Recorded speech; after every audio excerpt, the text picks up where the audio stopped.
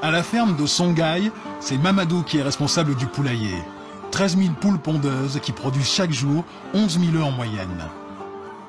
Mamadou se dépêche car il sait que le patron ne va pas tarder à faire sa tournée. Le patron, justement, le voilà. Il s'appelle Godfrey Nzamnjo. On a réajusté ça. Ça sort maintenant. Mais il reste encore les petits grains. Maintenant, je connais ce qu'ils font. Donc, ce n'est pas dans le bureau. Depuis le matin, je n'ai pas vu mon bureau. Mon bureau, c'est sur le terrain. C'est sur le terrain. Des œufs, du poisson, de l'ananas, mais aussi des engrais naturels et du biogaz en quantité industrielle. Et tout ça produit dans un seul et même endroit. C'est le rêve devenu réalité de Godfrey Nzamnjo. Cet Américain d'origine nigériane travaille dans un laboratoire en Californie quand en 1985, bouleversé par la situation du continent africain, il décide de tout plaquer pour revenir sur le continent. J'étais dans mon laboratoire, plus grand laboratoire. J'ai regardé au niveau de 80 ce qui se passait en Afrique. J'ai dit, ce n'est pas. Donc je suis revenu. Vraiment, mon papa m'a dit, de revenir dans le continent d'origine. J'étais amer, j'étais frustré. Je voyais que l'Afrique est extrêmement riche, avec les capitaux et tout ça. Le continent le plus riche du monde, mais le plus pauvre du monde. Ce n'est pas acceptable. C'est ça qui m'a rendu fou. Son projet, appliquer sur le terrain ce qu'il a expérimenté dans son laboratoire. Le Bénin lui concède alors 1 hectare de terrain à l'abandon pour y construire une ferme bio. Aujourd'hui, le centre s'étend sur 24 hectares, fonctionne en totale autonomie et emploie plusieurs centaines de salariés. Ici, selon la doctrine de Godfrey Nzamnjo, rien ne se perd, rien ne se crée, tout se transforme. Exemple avec le recyclage des fientes de poulet transformées en gaz.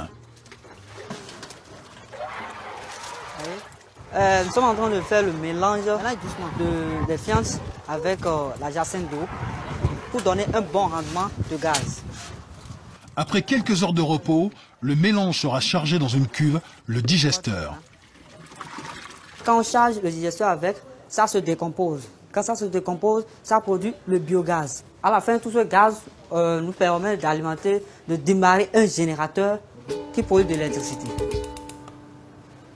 En plus de l'électricité, ce biogaz va alimenter les cuisines du restaurant du centre. Et ce n'est pas tout.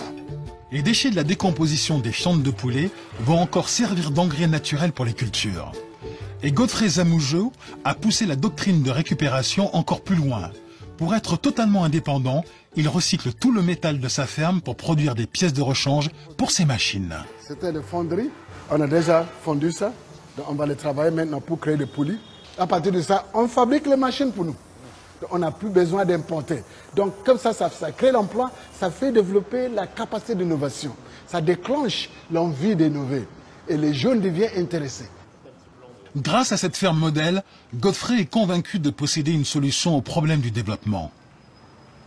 Ce système intégré attaque en même temps tous les défis du développement. Cette idée va nous aider à changer notre manière d'organiser la société, d'organiser les industries. Toutes les chaînes sont réétablies, à partir de micro-organismes jusqu'à l'homme, on travaille en synergie. Et c'est ça qui va nous amener à la durabilité.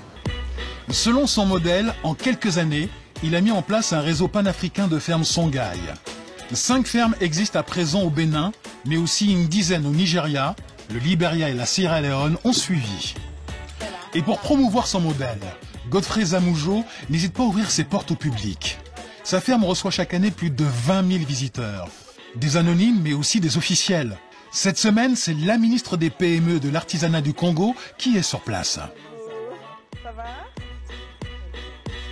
Songhai est pour moi la solution idéale et ce que j'ai trouvé ici va peut-être faire en sorte que nous puissions dupliquer l'expérience de Songhai au Congo.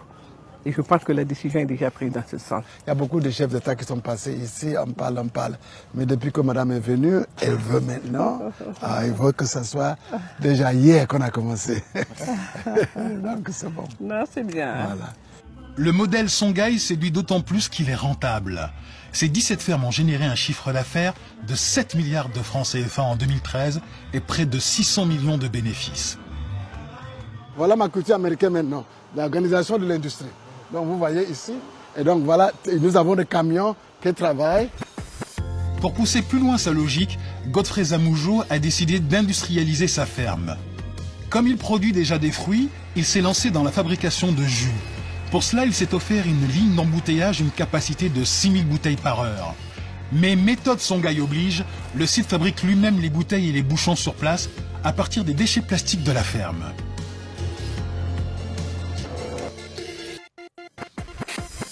Bonjour, ça va? Convaincu qu'il est sur le bon chemin, Godfrey Zamoujo vient d'ouvrir la SLA, Songhai Leadership Academy, avec pour objectif de former 4000 jeunes cadres à la philosophie du centre. Il s'agit d'assurer la pérennité et le développement du groupe. Donc vous êtes à Songhai parce que vous êtes conscient de challenge, de défis de l'Afrique. Donc ce cours, c'est pour le préparer, pour être de véritables leaders socio-économiques, les entrepreneurs. Pour montrer que l'entrepreneur, c'est ça qui va sauver l'Afrique. Le rêve de Godfrey Zamoujo serait de créer dans toute l'Afrique des villes rurales vertes, à l'image de ce qu'il a fait dans sa ferme de Porto Novo. Pas impossible, puisqu'en 2008, Songhai a été promu centre d'excellence pour l'agriculture par les Nations Unies. Il projette de s'implanter dans une dizaine d'autres pays sur le continent.